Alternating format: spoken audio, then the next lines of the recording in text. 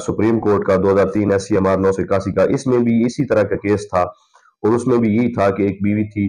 جس کی شادی کو تو تسلیم کیا گیا تھا کہ ہاں اس کی شادی ہوئی تھی خاوند کے ساتھ، لیکن اس کی طلاق جو ہے وہ فریق ثابت نہیں کر سکا تھا، تو عدالت نے کہا تھا کہ جب تک طلاق ثابت نہ ہو وہ اس کی بیوی ہی کنسیڈر ہوگی، اور پرزیوم یہ کیا جائے گا کہ طلاق نہیں ہوئی۔ اور اس مقدمہ میں جو آپ کے ساتھ ڈسکس کر رہا ہوں، اس میں یہ اصول عدالت نے طے کیا ہے کہ جب آپ تسلیم کر لیتے ہیں کہ ایک شخص نے اپنی زندگی میں ایک عورت کے ساتھ شادی کی تھی اور اس کی شادی ہوئی تھی، تو یہ بات تو اسٹیبلش ہو گئی کہ اس کی شادی ہو گئی تھی۔ اب یہ بات کہ اس کو طلاق ہو گئی تھی، اس کا جو ہے فیصلہ اس چیز پہ زبانی بات پہ نہیں ہو سکتا کہ اس کو طلاق ہو گئی تھی، اس کے لیے کوئی ڈاکومنٹری پروف چاہیے ہوتا ہے، ایک ٹھوس ثبوت چاہیے ہوتا ہے، جس میں وہ ڈگری ہونی چاہیے، فرض کریں کہ عدالت نے تنسیخ نکاح کی کوئی ڈگری دے رکھی ہے، یا طلاق کا کوئی مقدمہ ہے جس میں ڈگری ہے کہ طلاق ہو چکی ہے،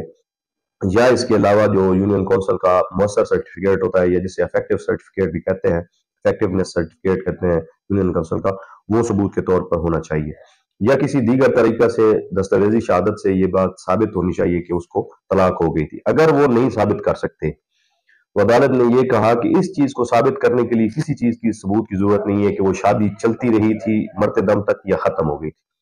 یعنی دو پوائنٹ ہے، ایک پوائنٹ یہ ہے کہ اگر کوئی بندہ یہ کہتا ہے کہ طلاق ہو گئی ہے تو پھر اسے ثابت زبانی طریقے سے نہیں بلکہ ثبوت کے ذریعے، ڈاکومنٹری ایویڈنس، اس میں کورٹ کی ڈگری ہو یا افیکٹو سرٹیفکیٹ ہو یا کوئی اور دستاویزی ثبوت ہو جس کو شہادت کے ذریعے ثابت کیا جا سکے، اس کو ثابت کرنا ہوتا ہے کہ طلاق ہوئی تھی، پھر تو عدالت اس طلاق کو تسلیم کرے گی اور وہ عدالت اس طلاق کو مانے گی۔ دوسرا پوائنٹ یہ ہے کہ اگر کوئی بندہ کہتا ہے جی کہ اس کو ان کی شادی ہوئی تھی لیکن اس چیز کا کیا ثبوت ہے کہ شادی مرتے دم تک چلی تھی، تو عدالت نے کہا کہ اس چیز کو ثابت کرنے کی ضرورت ہی نہیں ہے کہ شادی ان کی مرتے دم تک رہی تھی یا نہیں تھی، بلکہ جب ایک شادی ہو جاتی ہے تو پھر اس کے تسلسل کے لیے یا اس بات کو ثابت کرنے کے لیے کہ وہ شادی جاری رہی ہے یا نہیں رہی، اس کو تو ثابت کرنے کے لیے نہ کوئی ڈاکومنٹ بن سکتا ہے نہ کوئی ثبوت ہوتا ہے۔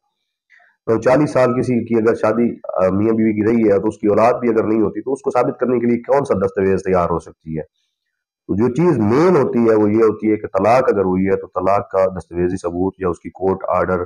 یا یونین کونسل کا افیکٹو سرٹیفکیٹ ہونا چاہیے۔ اور عدالت نے اس میں ایک اور ججمنٹ، بڑی اہم اور بڑی پرانی ججمنٹ ڈسکس کی، جس میں کلکتہ ہائی کورٹ کی ججمنٹ تھی AIR 1943 کلکتہ پیج نمبر 76۔ اس میں بھی اسی طرح فیصلہ کیا گیا تھا کہ شادی ثابت شدہ تھی یا تسلیم کر لی گئی تھی کہ ہاں شادی تو تھی، لیکن طلاق میں صرف زبانی کہتے تھے کہ جی طلاق ہو گئی تھی اور وہ بیوی جو ہے اب وارث نہیں رہی اپنے خامند کی وراثت میں۔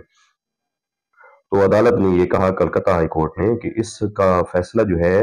وہ ماتحت عدالتوں نے جو کیا ہے وہ اس بنیاد پہ ہی ہونا چاہیے کہ اس کا کوئی دستاویزی ثبوت ہونا چاہیے، اور اس طلاق کا جو پوائنٹ جو بندہ اٹھا رہا ہے اس کو صرف زبانی چیزوں سے تو نہیں ثابت کرنی ہوتی، اس کا ایک ٹھوس ثبوت ہونا چاہیے، کوئی عدالت کی ڈگری ہونی چاہیے یا کوئی افیکٹو سرٹیفکیٹ ہونا چاہیے یا کسی دیگر دستاویز ہونی چاہیے جس کے کوئی گواہ ہونی چاہیے، پھر عدالت میں اس کی شہادت ہونی چاہیے، اور اس شہادت میں یہ چیز ثابت ہونی چاہیے، تب جا کے جو ہے اس کا فیصلہ ہوگا۔ تو اس طرح سے اس ججمنٹ میں آپ کو فائنلی یہ بتاتا چلوں کہ یہ بات واضح کر دی گئی ہے کہ بیوی اگر ایک ہے شادی اس کی ثابت شدہ ہے تو اس کو وراثت سے بھی محروم نہیں کیا جا سکتا، اور نہ ہی اس کو اس کے وارثاء کی لسٹ سے خارج کیا جا سکتا ہے جو شخص فوت ہو چکا ہے۔ اس کو اس وقت ہی خارج کیا جا سکتا ہے جب اس کی طلاق کا ثبوت ہو،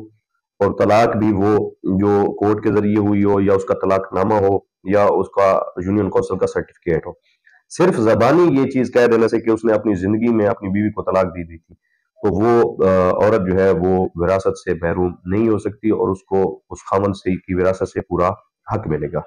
تو امید ہے یہ آپ کو ویڈیو پسند آئے گی، اگر ویڈیو پسند ہے تو ہمارے چینل کو لائک ضرور کر دیں،